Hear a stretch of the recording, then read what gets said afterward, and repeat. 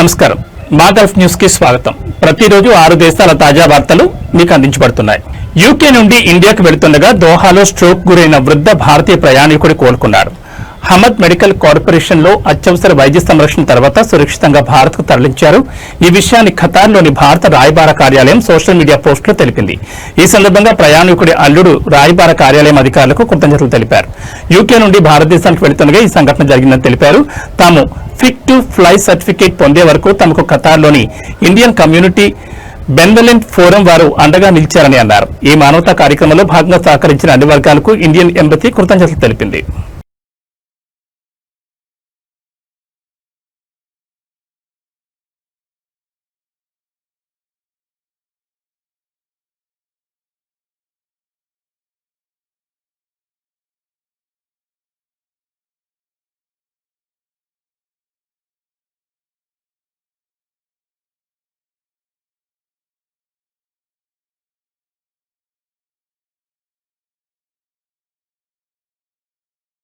Saudi food and drug authority అనేక ఉల్లంఘనలకు పాల్పడినందుకు దమ్మాంలో ఉన్న ఒక వాణిజ్య సంస్థపై చర్యలు తీసుకుంది. 1,50,000 కంటే ఎక్కువ గడువు ముగిసిన ఔషధ ఉత్పత్తుల ప్యాకేజీలను అధికారులు గుర్తించారు.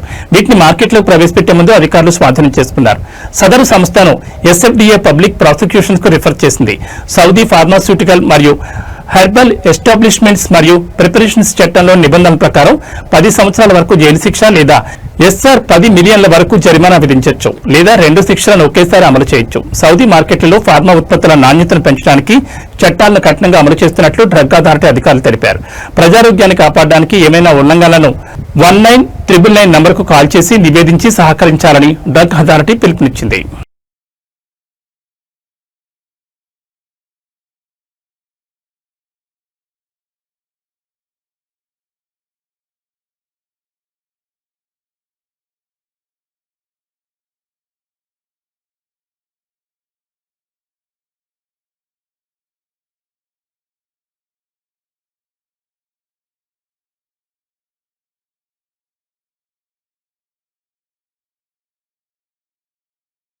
రెండు 2025 చివరిలో యుఏఈ నివాసితులు ఈద్ అల్ ఇతిహాద్ ను జరుపుకోనున్నారు.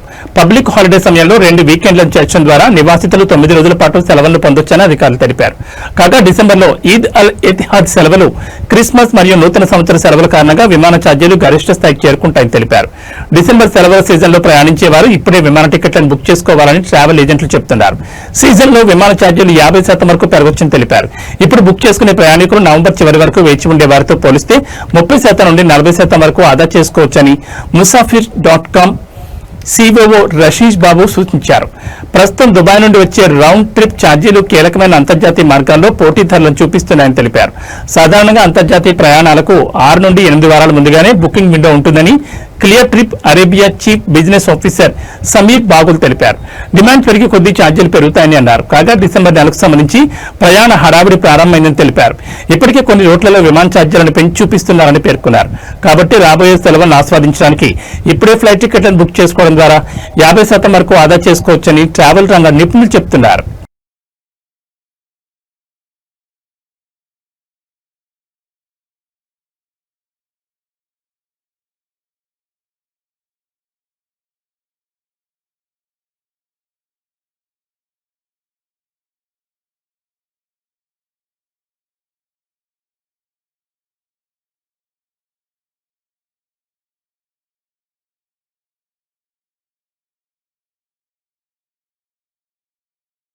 కువైట్ లో విద్యా సంబంధిత రంగాలపై కఠిన చట్టాలు అమల్లోకి వచ్చాయి. కార్మిక మార్కెట్ను నకిలీ అర్హతల నుండి రక్షించడానికి ఉన్నత విద్యా మంత్రిత్వ శాఖ విద్యా డిగ్రీల ప్రామాణికతను పెంచేలా కొత్త ముసాయిదా చట్టాన్ని రూపొందించారు.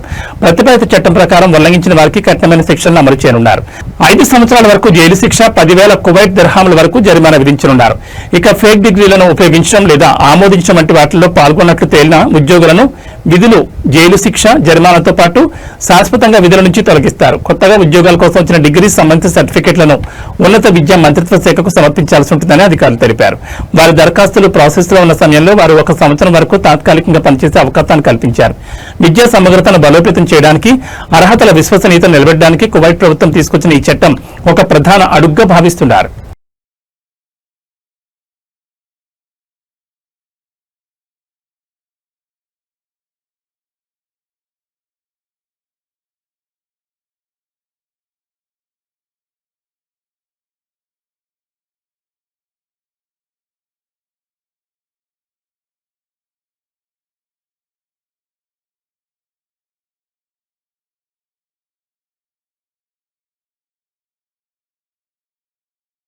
ఒమన్ సుల్తాన్ హైతమ్ బిన్ తారిక్ బెలారస్ పర్యటనకు బయలుదేరి వెళ్లారు. ఆయన 2 రోజుల పాటు బెలారస్ లో పర్యటించనున్నారు. ఈ సందర్భంగా బెలారస్ అధ్యక్షుడు అలెగ్జాండర్ లుకిషాంకోతో సమావేశమవుతారు. వివిధ రంగాలకు సంబంధించిన విషయాలపై సమీక్షలు జరుపుతారు. 2 దేశాల మధ్య ఇప్పటికే ఉన్న బలమైన సంబంధాలను మరింత ముందుకు తీసుకుపోయేందుకు అవసరమైన రోడ్ మ్యాప్లపై ఇరు దేశాధినేతలు చర్చలు జరుపుతారు. తన పర్యటనలో భాగంగా పలు కార్యక్రమాల్లో ఒమన్ సుల్తాన్ పాల్గొంటారని సుల్తాన్ అధికార కార్యాలయం ఒక ప్రకటనలో వెల్లడించింది.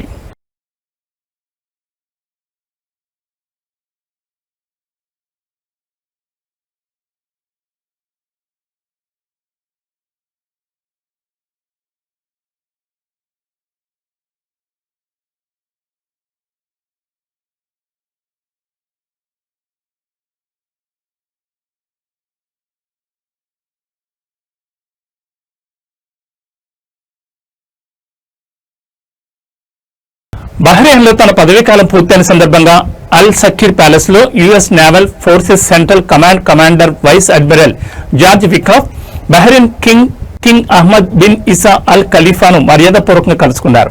ఈ సందర్భంగా ద్వైపాక్షిక సహకార పురోగతిపై సంతృప్తిని వ్యక్తం చేశారు. ప్రాంతీయ భద్రత, అంతర్జాతీయ శాంతిని ప్రోత్సహించడంలో యుఎస్ కీలక పాత్రను కింగ్ అహ్మద్ ప్రశంసించారు.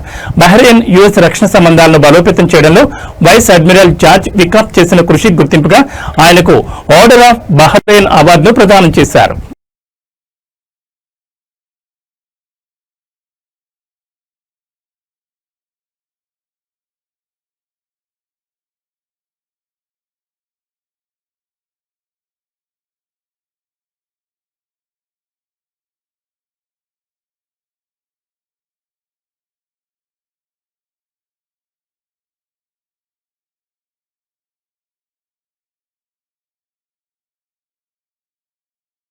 ఇవి మా గల్ఫ్ న్యూస్ విశేషాలు. మరో బులెటిన్లో మళ్ళీ కలుసుకుందాం. నమస్కారం.